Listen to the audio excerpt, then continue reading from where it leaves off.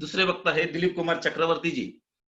ये as a SSC mechanical branch से गोरखपुर से 2014 में रिटायर्ड हुए हैं और अभी बीआरएस में एज ए संगठन मंत्री करके, राष्ट्रीय संगठन मंत्री करके कार्य कर रहे हैं।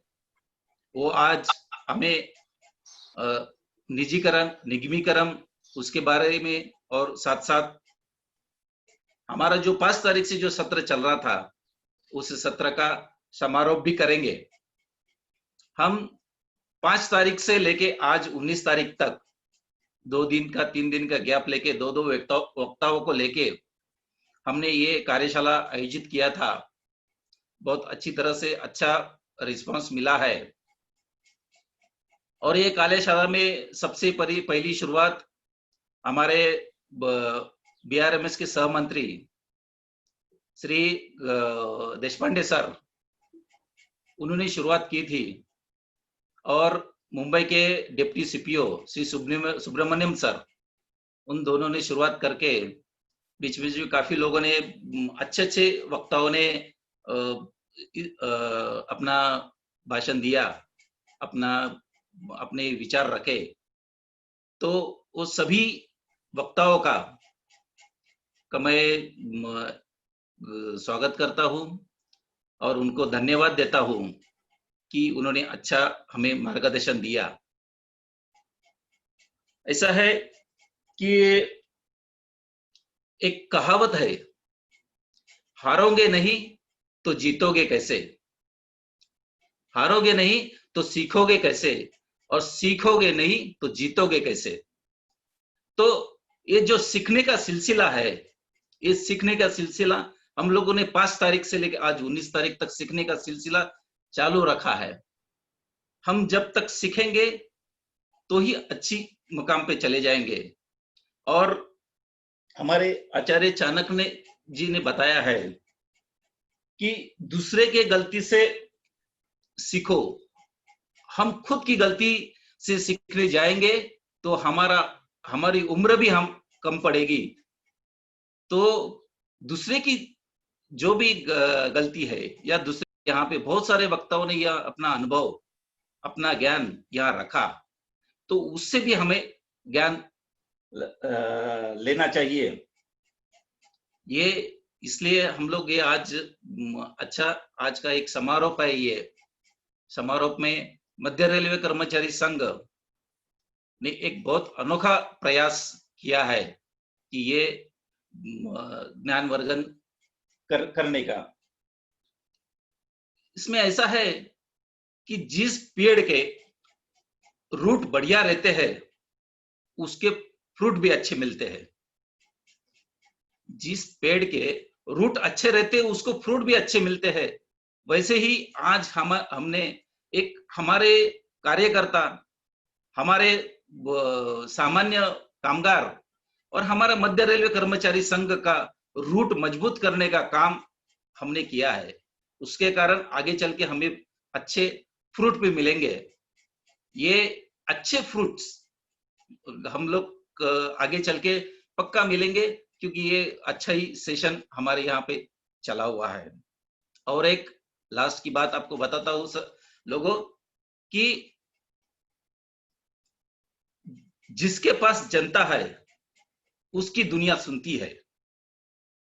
जिसके पास जनता है उसकी दुनिया सुनती है। तो इस तरह से हम हमारी जनता बढ़ाना चाहिए। हम हमारा मुकाम आज मध्य रेलवे कर्मचारी संघ एक बड़े पैमाने से उभारना चाहिए। इसलिए ये एक प्रयास, लोगों को प्रशिक्षित करने का प्रयास हम लोगों ने किया। इसलिए जितने भी सारे वक्ता है और सारे हमारे एमआरकेएस के, बीआरएमएस के मान्यवर है, उन्होंने हमें ये जो मौका दिया, इसलिए मैं सबका धन्यवाद करता हूं। और अभी और एक रह गया थोड़ा सा गलती से, कि हमारे दिलीप चक्रवर्ती दादा, उनका स्वागत करना रह गया। तो हमारे राष्ट्रीय संगठन मंत्री श्री दिलीप चक्रवर्ती दादा, उनका मैं इस मंच में स्वागत करता हूं और ये आगे की कार्रवाई के लिए मैं धनंजय मिश्रा को सौंपता हूं। धन्यवाद। भारत माता की जय।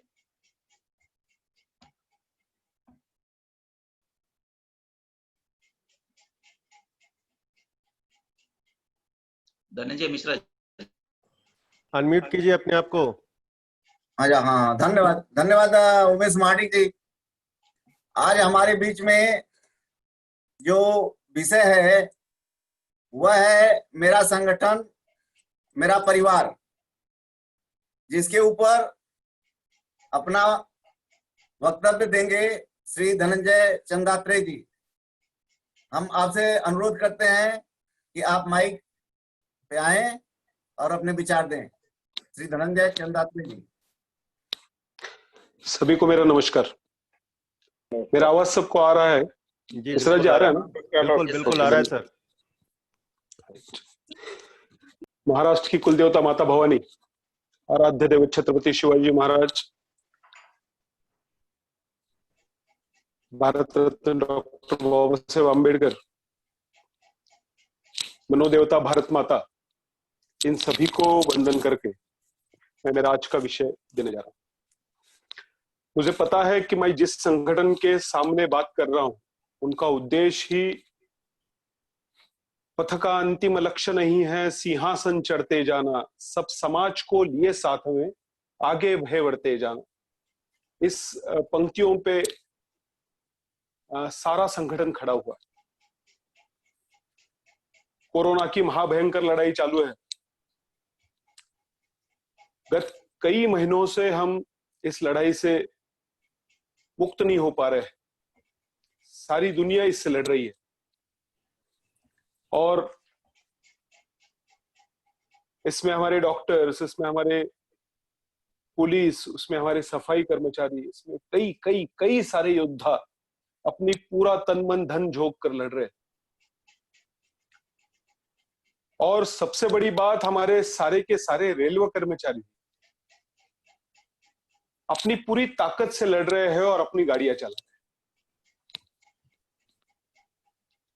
आपने अगर देखा कि ट्रैकमन्स काम कर रहे हैं, गैंगमैन काम कर रहे हैं, स्टेशन मास्टर ड्यूटी कर रहे हैं, टीएनसी ड्यूटी कर रहे हैं, शंटिंग मास्टर ड्यूटी कर रहे हैं, टीसी ड्यूटी कर रहे हैं, अपने अपने कई लेवल्स पे हम अपना अपना काम चालू रखा हुआ है। लोगों की दृष्टि से गाड़ियां तो बंद है, लेकिन जिससे मूलभूत आवश्यक सामान पहुंचाना पड़ते हैं वो तो रेलवे ही कर रही है। मैं कोरोना की इस भयावह लड़ाई में जो जो योद्धा लड़ रहे हैं उन सभी को मेरी तरफ से नमन करता हूं। आज का विषय है मेरा संगठन मेरा परिवार। सही तो जानबूझ के ये विषय मैंने लिया था। न जाने क्यों बचपन से मेरे मन में ये हमेशा आता था कि जिसके पास संगठन है वो सब कुछ। बचपन में मैं स्कूल में जाता था तो एक ही सरनेम के, एक ही परिवार के एक 10-12 बच्चे एक साथ स्कूल में आया करते थे। एकत्रित कुटुंब पद्धति थी। लड़के, चाचा के लड़के वगैरह वगैरह सब एक साथ आते थे और वो 12-13 जन एक साथ जब स्कूल में आते थे और एक साथ जब स्कूल से निकलते थे तो सारे लोग उनकी तरफ देखते थे कि ये इस परिवार के।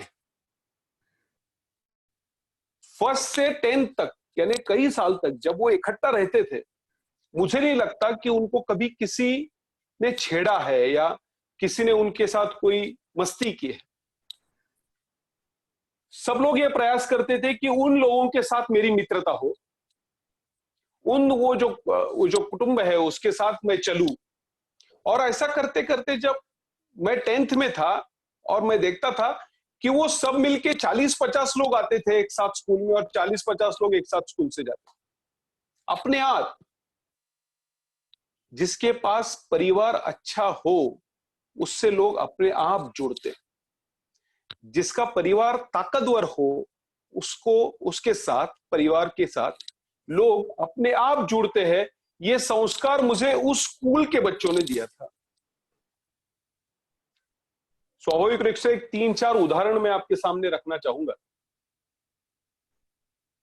यानी उदाहरण के तौर पे हमने लिया कि वन में, जंगल में सबसे बलशाली क्या होता है, सबसे वजनदार क्या होता है? आपने देखा हाथी, हाथी सबसे ज्यादा शक्तिशाली होता है, हाथी सबसे ज्यादा बुद्धिशील होता है, और एक हाथी ही है इतना सब कुछ होने के बाद भी झुंड में रहता है। क्यों झुंड में रहता है? ताकत तो है उसके पास बुद्धि है, उसके पास शक्ति है, उसके पास वजन है, सारे लोग उससे डरते हैं, पूरा जंगल उससे डरता है।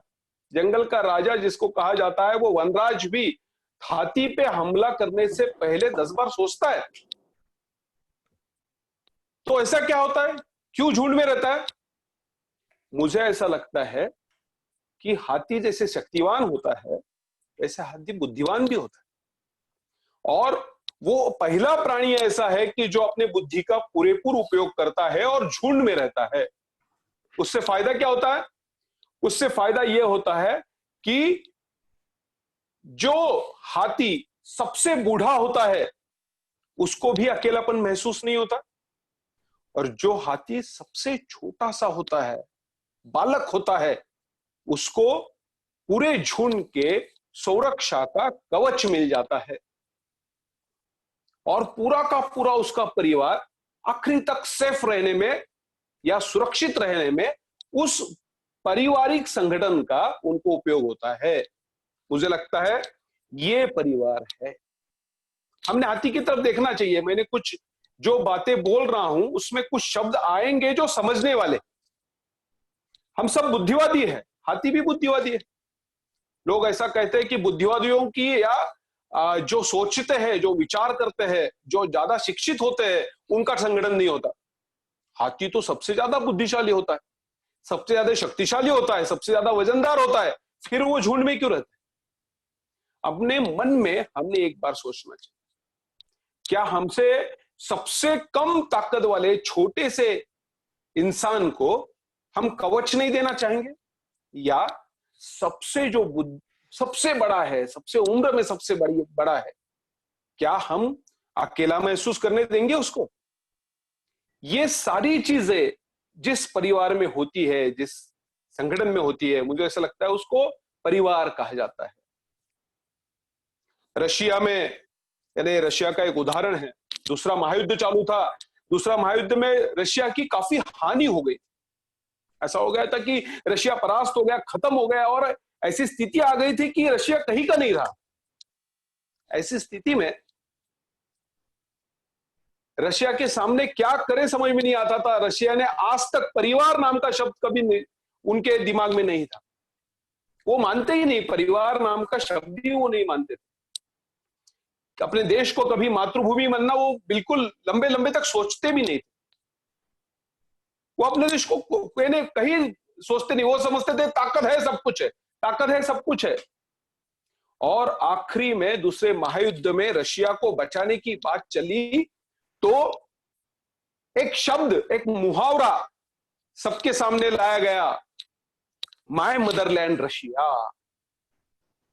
उनको कहा गया कि क्या है? माय मदरलैंड रशिया, हमारा परिवार रशिया। यानी ये जो धरती है वो हमारी मां है, उसको बचाओ, चलो रशिया, माय मदरलैंड रशिया। ये जो रशिया है हमारा परिवार है, चलो बचाओ मेरा परिवार रशिया।